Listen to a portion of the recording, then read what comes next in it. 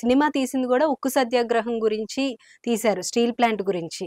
అయితే ఇప్పుడు ప్రజల్లోకి వెళ్ళేటప్పుడు ఉక్కు సత్యాగ్రహం, స్టీల్ ప్లాంట్‌తో పాటుగా ఇంకేమేమి హామీలనేవి ఇచ్చే అవకాశం ఉందంటారు? ఇప్పటి వరకైతే మేడం ఈ 3 ఎజెండా తోటే వెళ్తున్నాం. స్టీల్ ప్లాంట్ ప్రైవేటీకరణ ఆపితే ఆంధ్ర రాష్ట్రంలోని ప్రతి గ్రామానికి ఎక్కడొక్కడ లింక్ అయి ఉన్నాయి ఎంప్లాయీస్ కానీ, దాని అభివృద్ధి కానీ ప్రత్యక్షంగా పరోక్షంగా. అలానే భూ నిర్వాసితులు అనేది కొంత ప్రాంతానికే పరిమితి కావచ్చు.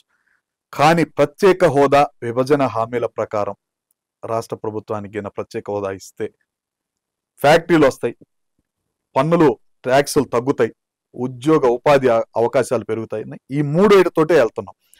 లాస్ట్ లో మా మేనిఫెస్టో ఒకే ఒక అంశంతో మేనిఫెస్టో ఉంటుంది. భారతదేశంలో ఏ పార్టీ పెట్టకపోవచ్చు, ఒకే ఒక అంశం మేనిఫెస్టో తోటి పేదోళ్ళ కోసం ఒకే పాలసీ, ఒకే అంశం, ఇది ఒక్కటే మేము చేస్తాం. ఈ డిమాండ్లు కాక అనే మేనిఫెస్టో ఉంది. అది టాప్ సీక్రెట్ మేనిఫెస్టో. రివీల్ చేస్తాం, ప్రజలు ఆదరిస్తారు, నమ్మకం కూడా కుదురుద్ది.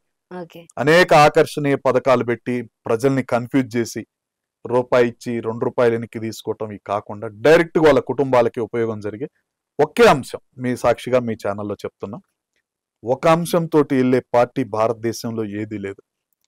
మేము ఆ పాలసీ తోటే ఆ మేనిఫెస్టోని బయటపెట్టి ప్రజల్ని ఆకర్షించి విజయం సాధిస్తామని నమ్మకం కూడా ఉంది. అది ఉత్తరాంధ్ర ప్రజలకి ఎక్కువ న్యాయం జరుగుతుంది.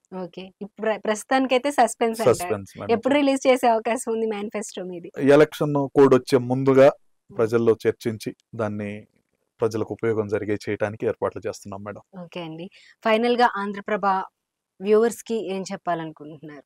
ప్రజా చైతన్యం పార్టీలకి, కులాలకి, మతాలకి అతీతంగా ఇప్పుడున్న మీడియాలో మీ వంతు చాలా దగ్గరగా అవుతున్నారు. మాలాంటి పార్టీల్ని కూడా ఆదరించే విధంగా ప్రజల దగ్గరికి తీసుకెళ్లి మాలో ఉన్న మంచితనాన్ని ప్రజలకు చెప్తూ, మేము చేసే తప్పులు కానీ ఏమన్నా ఎత్తి చూపుతూ సరిదిద్దుకునే విధంగా మాకు ఇవ్వాలని ఆంధ్రప్రభ ద్వారా మీకు, ఆంధ్రప్రభ ప్రేక్షకులకి తెలియజేస్తూ ఈ అవకాశం ఇచ్చినందుకు ధన్యవాదాలు తెలియజేస్తాను. Thank you madam.